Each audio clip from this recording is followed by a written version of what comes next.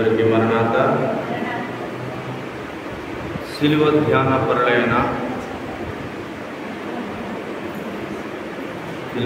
పరులకు సిలువనాథుడైన యేసుక్రీస్తు ప్రభువారి సిలువ ధ్యాన శక్తిని మీ అందరికీ అనుగ్రహించును గాక. లెంటులోని 30వ దినము మన ఆత్మీయ తండ్రి ఇచ్చిన పాఠంలో నుండి సిలువలోని సిలువ అన్న పాఠంలో యెషయా గ్రంథం 53వ అధ్యాయము 53వ అధ్యాయము 3 నుండి 5 వచనాల వరకు వాక్యం చదువుకున్నాం. అతడు తునీకరింపబడిన వాడాయను, మనుషుల వలన విసర్జింపబడిన వాడును, వ్యసనాకాంతుడుగాను, వ్యాధిని అనుభవించిన వాడుగాను, మనుషులు చూడనల్లన వాడుగాను ఉండెను. అతడు తృణీకరింపబడిన వాడు కనుక మనము అతనిని ఎన్నిక చేయకపోతిమి. నిశ్చయముగా అతడు మన రోగములను భరించు, మన వ్యసనములను వశించను. అయినను మొత్తబడిన వాడుగాను, దేవుని వలన బాధింపబడిన వాడుగాను, శ్రమనొందిన వాడుగాను మనము అతన్ని ఎంచితిమి. మన అతిక్రమ క్రియలు బట్టి అతడు గాయపరచబడను, మన దోషములు బట్టి నలగొట్టబడెను, మన సమానార్థమైన శిక్ష అతని మీద పడెను. అతడు పొందిన దెబ్బల చేత మనకు స్వస్థత కలుగుచున్నది. ప్రార్థన చేసుకుందాం. శ్రీయేసుదేవా మా యేసుదేవా నీ అంట చేరితి నిత్యమా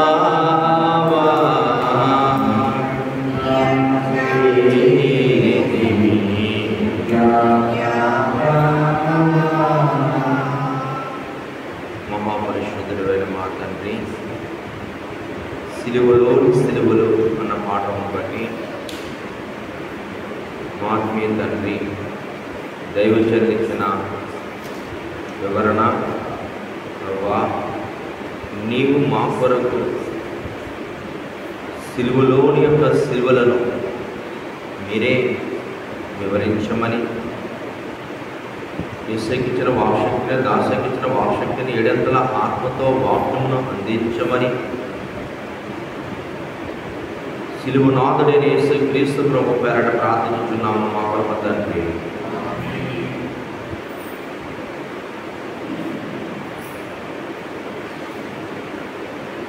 చదవబడిన వాక్యములను మనం చూస్తే ప్రవక్తైన యెషయా ప్రభు సిలువలోని సిలువలు మనకు తెలియజేస్తున్నారు. సిలువలోని ఏముందంట? సిలువ ఏంటి అని మనం చూస్తే యెషయా గ్రంథం 3 నుంచి 5 వచనాల వరకు ఒక్కొక్క మాటలో మనం చూస్తే అతడు తృణీకరింపబడెను, అతడు తృణీకరింపబడిన వాడాయను. అంటే యేసుక్రీస్తు ప్రభువునట నిరాకరించిన ప్రజలు ఏం చేస్తున్నారు? ఆయన్ని నిరాకరించిన. ఎందువలన అంటే బుద్ధిహీనత వలన ఆయనను గ్రహించకపోవట. సొలొమోను గారు చెప్తారు, బుద్ధి నిన్ను కాపాడును. ఏం కాపాడుతుందట? బుద్ధి నిన్ను. నీ దగ్గర ఉన్నదంతా నువ్వు తెచ్చి బుద్ధి కొనుక్కో.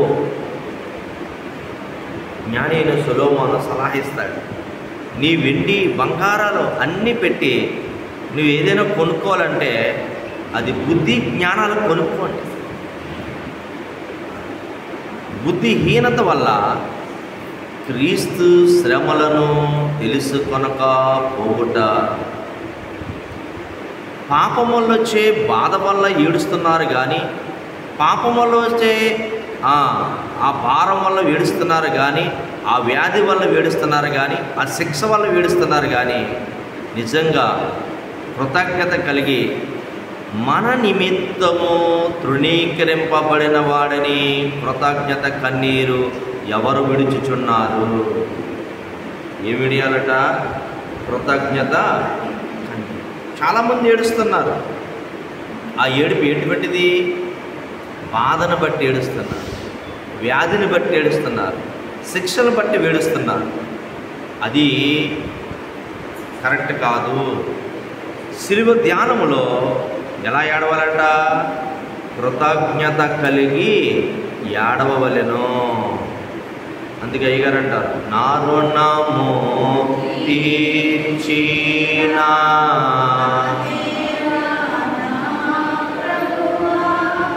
నీ రుణము తీర్చగలనా, నా రుణమై బోధించి నా బదులు నా వాణి. ఏంటి అన్నాడైనా? నా బదులు చనిపోయావు, నా బదులు చనిపోయావు, నా బదులు పాప భారం మోసావు, వ్యాధి భారం మోసావు, శిక్ష భారం మోసావు అని ఎవరు కన్నీరు విడుస్తున్నారు? అదే కృతజ్ఞత కన్నీరు. నా కొరకు ఇదన్నీ చేసావు కనుకని కృతజ్ఞతతో ఏడవాలి. యోహాను సువార్త 1వ అధ్యాయము 10వ వచనములో యేసుక్రీస్తు ప్రభువారి కొరకు ఒక మాట రాయబడింది. ఏంటి అంటే, ఆయన లోకములో ఉండెను, లోకం ఆయన మూలముగా కలిగెను, కానీ లోకము ఆయనను తెలుసుకొనలేదు.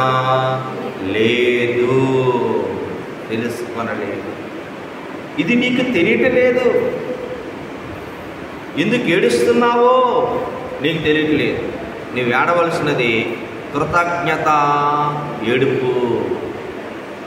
ఇవన్నీ నాకు చేసి పెట్టావు తండ్రి, నా రుణము తీర్చిన తండ్రి అని లోకం ఏడవాలి. ఎందుకంటే 3 సిలువలు ప్రభు సిలువలో కలిసి ఉన్నవి. అందుకే సిలువలోని సిలువలు. ఏంటి 3 సిలువలు?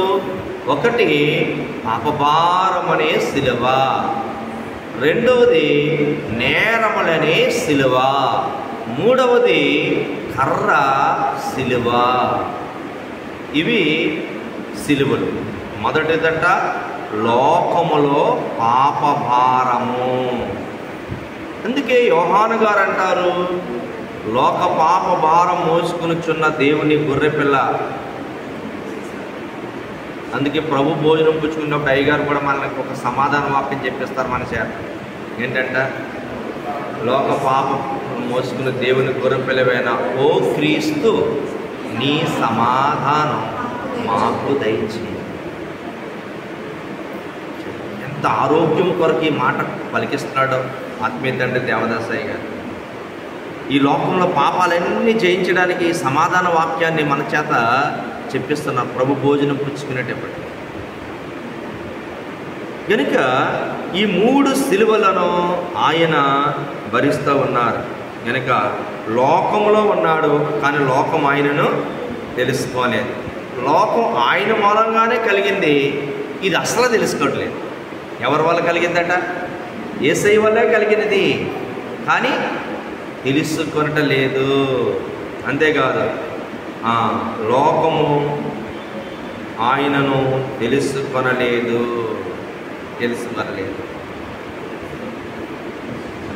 చూడండి, ఇక్కడ మనం చూసుకుంటే ఆయన మన మీద ప్రేమను బట్టి ఈ 3 సిలువలో మోసేను అని రాయబడింది. దేని మీదట? మన మీదున్న ప్రేమ, మన మీదున్న ప్రేమ. అందుకే యోహాను సువార్త 3:16లో దేవుడు ఒక ఆహ్వానం చెప్తారు.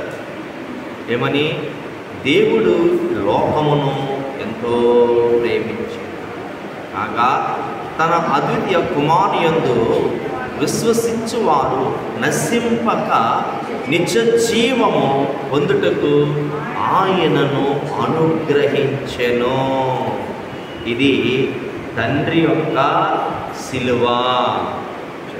తండ్రి అంటే ఎంత బాధపడతా ఉన్నాడో. ఇదంతా కూడా ఎవరి మీద వేశారు? తన కుమారుడైన యేసు మీద వేశారు. యేసును తెలుసుకున్నట్టు లేదు, తండ్రి అయిన దేవుని తెలుసుకున్నట్టు లేదు. తెలియక చూడండి ఏడుస్తూ ఉన్నారు. అందుకే సిలువలోని సిలువలు, ఇవన్నీ శ్రమలు, ఇవన్నీ సిలువలు చూడండి ఇందులో ఉంది. ఆదాము మొదలుకొని యేసుక్రీస్తు ప్రభువారు మరణించడం వరకు, తర్వాత పునరుత్థానం నుండి రప్చర్ వరకు, రప్చర్ నుండి అంత్య తీర్పు వరకు, ఏండ్ల పరిపాలన వరకు, అలాగ చూస్తే యుగ సమాప్తి వరకు అన్ని పాపాలు, లోక పాపములో ఆయన మోసాడు. దేవునికి స్తోత్రం. ఎవరు మోసారట? ఆయనే మోసారు. గనుక ఆయన లోకములో ఉండెను, లోకం ఆయన మూలంగా కలిగెను, కానీ లోకం ఆయనను తెలుసుకొనలేదు. ఇది విచారం. అంతేకాదు ఏడుస్తున్నారు, వచ్చిన బాధను బట్టి ఏడుస్తున్నారు, వచ్చిన కష్టాలు బట్టి ఏడుస్తున్నారు, వచ్చిన వాటిని శిక్షణ బట్టి ఏడుస్తున్నారు. కానీ ఇక్కడ మనకు కావాల్సిందన్నట కృతజ్ఞత కన్నీరు. అందుకే యెషయా ఏం చెప్తున్నాడు? 3వ వచనములో, అతడు తృణీకరింపబడిన వాడాయను, మనుషుల వలన విసర్జింపబడిన వాడాయను, వ్యసనకాంతుడును, వ్యాధిని అనుభవించేవాడుగాను, మనుషులు చూడనల్లన వాడుగాను ఉండెను. అతడు తృణీకరింపబడిన వాడు గనుక మనము అతనిని ఎన్నిక చెయ్యక పోతిమి. ఏం చేయట్లేదట? ఎన్నిక చేయట్లేదు, గుర్తించట్లేదు. ఎంత విచారం చూడండి, ఎంత విచారం. ఎలా చూస్తున్నారు? ఒక వ్యసనకాంతుడిగా, ఒక వ్యాధిని అనుభవించేవాడిగా చూస్తున్నాడు. యేసు ప్రభుతో పాటు 3 సిలువలు చూపించారు. దూషిస్తున్న దొంగ కూడా సిలువ వేయబడుతున్నాడు. ఆ సిలువ ఎందులో ఉంది? యేసయ్య సిలువలో ఉంది. ఆయన ఈరోజు పరలోకం వెళ్ళాలంటే, ఎందుకంటే పక్క దొంగ అంటే ఎక్కడికి వెళ్ళిపోయాడు?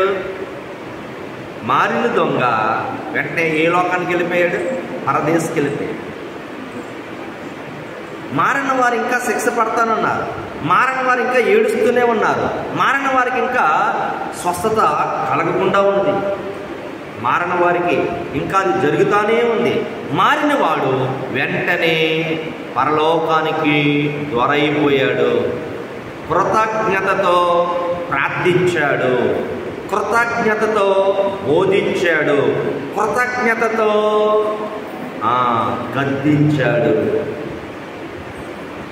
అంతేకాదు కృతజ్ఞతతో నీ రాజ్యములో నన్ను జ్ఞాపకము చేసుకో. ఈ పక్క దొంగ ఏమన్నాడు? నిన్ను నీవు రక్షించుకో, నన్ను కూడా రక్షించాను. లోకంలోకి వెళ్ళాలని ఏడుపు ఇక్కడ కనబడుతుంది. ఈ ఏడుపు ఏంటి?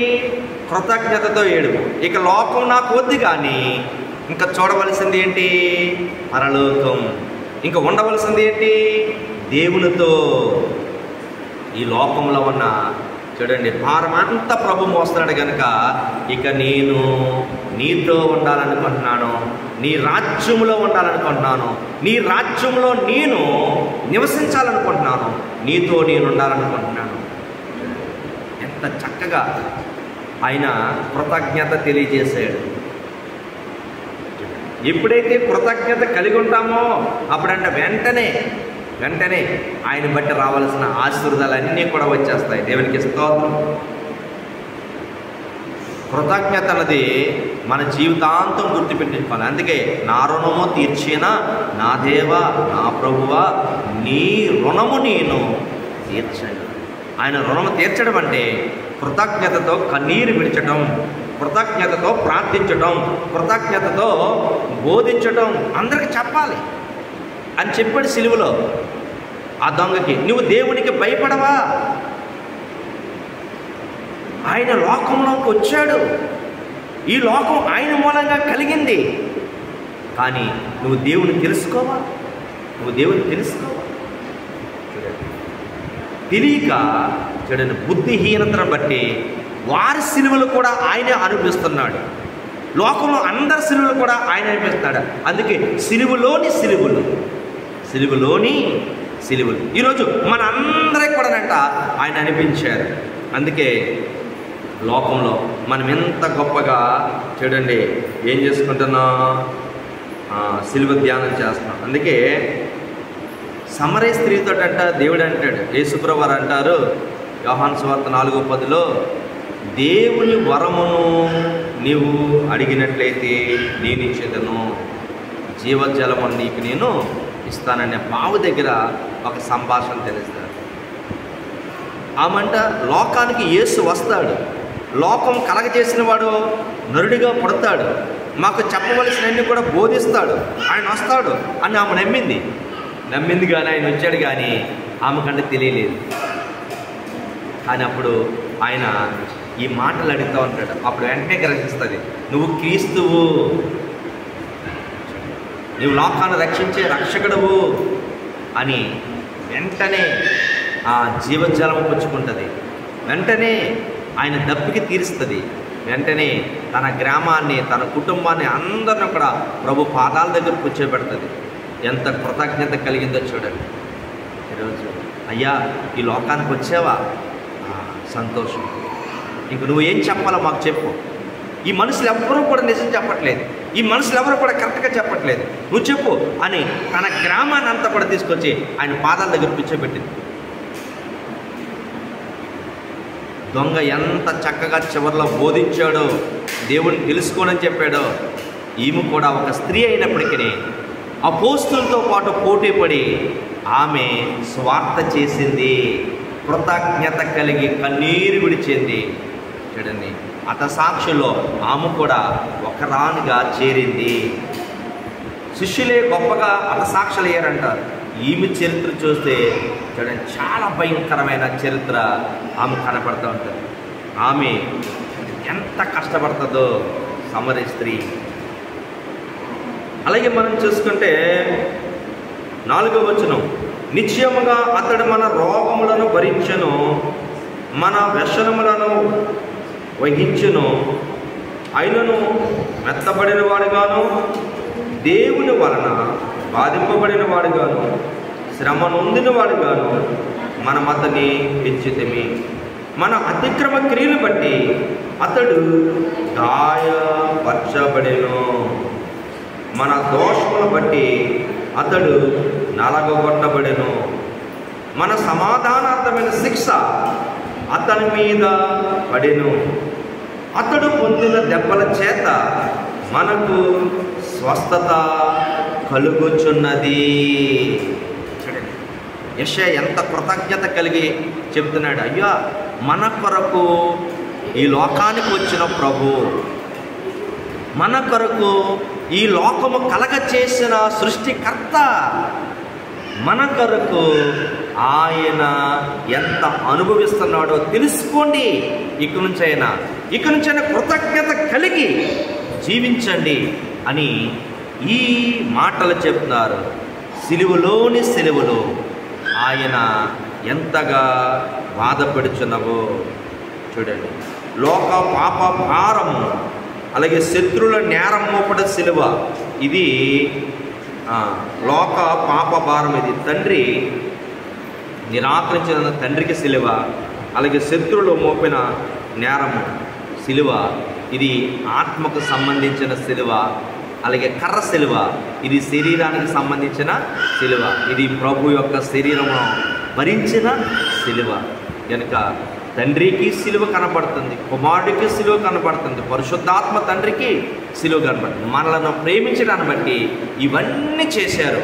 కనుకంటే మనము ఏం చేయాలంటే కృతజ్ఞత కన్నీరు విడవాలి. అందుకే అయ్యగారు ఒక మాట చెప్పారు, ఇది గుర్తించుకోండి అని పాటలో చెప్పారు. ఏంటంటే అపవాది నీ శరీరంలోని వ్యాధి, కష్టము, అవమానములు, జ్ఞాపకము తెచ్చి కన్నీరు రప్పించుట పొంచి ఉన్నది జాగ్రత్త. కన్నీరు అంతా కూడా ఎలా వస్తుందంట? వీటి వల్ల వస్తుందంట. వీటి వల్ల వ్యాధి, కష్టము, అవమానము, జ్ఞాపకము తెచ్చి కన్నీళ్లు రప్పించుచున్నది, అందుకే పొంచి ఉన్నది జాగ్రత్త, ఇది గుర్తించుకోండి అని చక్కగా అయ్యగారు మనకు తెలియజేశారు. కనుక ఇక నుంచి అయినా మనం ఈ సిలువ ధ్యాన గుడారంలో సిలువలోని సిలువలను మనం ఇక్కడి నుంచి ధ్యానం చేసిన ప్రతి ఒక్కరం కూడా కృతజ్ఞత కన్నీరు విడిచుచు సిలువను ధ్యానం చేయాలి. అలాగ ధ్యానం చేసి ధన్యత ప్రభు మనెల్లరకు అనుగ్రహించి మేఘమెక్కించునుగాక. సిలువను మోసుకొని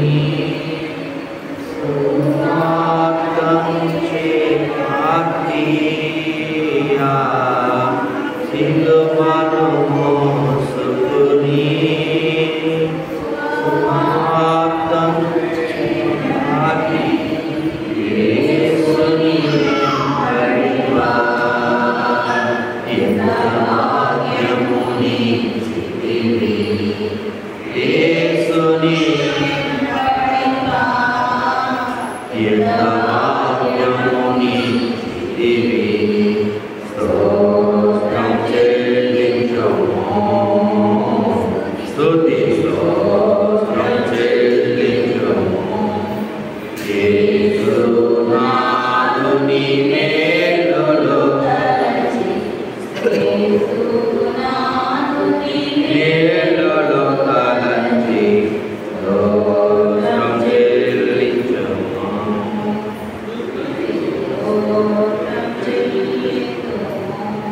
మహాపరిశుద్ధుడైన మా తండ్రి, ఇదిగో మా నిమిత్తం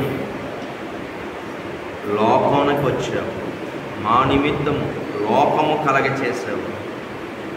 అయినను లోకము నిన్ను తెలుసుకొనలేదు అని చిన్న మాటను బట్టి ప్రభా, బుద్ధిహీనత తండ్రి ప్రభా, ఇదిగో నీ శ్రమ శక్తులను తెలియకుండా చేస్తుంది దేవా. ఇక నుంచి అయినా ప్రతి ఒక్కరము సిలువలో మారిన దొంగ ఎలాగ కృతజ్ఞతతో బోధించాడో, ప్రవశించాడో, ప్రార్థించాడో